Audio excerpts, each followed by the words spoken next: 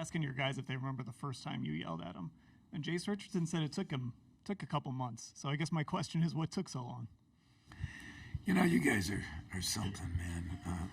Let me ask you something. You know, what kind of kid were you when you were 5? I probably could have gotten yelled at more. Well, did you?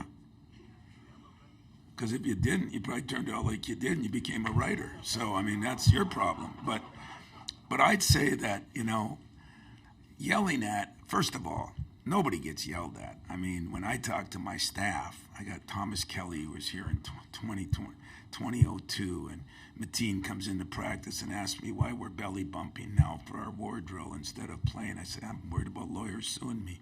So, to be honest with you, you don't have to yell at your child if he doesn't walk into the street, if he goes to class and gets good grades. You know, what is the word insanity? It's when people do the same thing over and over and over wrong. If you let that go in coaching, you're getting fired. Your team's not winning. And most importantly, whether you believe this or not, that player that has a dream of where he wants to get doesn't get there. And so Jace is like a 3.9 student. He speaks more languages. I don't even understand him. He's worldly. He works on his game. He doesn't make a lot of mistakes. If he does, I'm going to tell him. But if I tell him once, it probably hits home. Other guys need a little more pushing, you know, and some guys need a lot of pushing. But you don't yell at people like you used to in the good old days where you could have some fun doing it and then you could laugh about it after. You know, my reunions are more about all the fun we had. You just don't look at it as fun. But when you accomplish championship level, I mean, let's take a look at some of the guys, you know. I mean, I grew up with Saban. Me and him started together.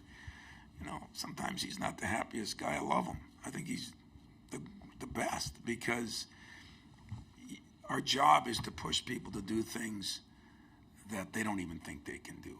Our job is to make them compete at a level that they have no clue how to get there. And most of their parents have no clue how to get there. Once in a while, you get lucky and a parent was a player. But that's hard to do, and so, yeah, and you get a very small time to do it in.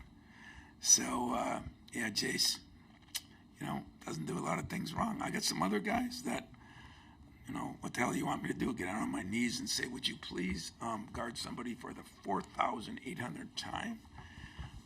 That doesn't work either.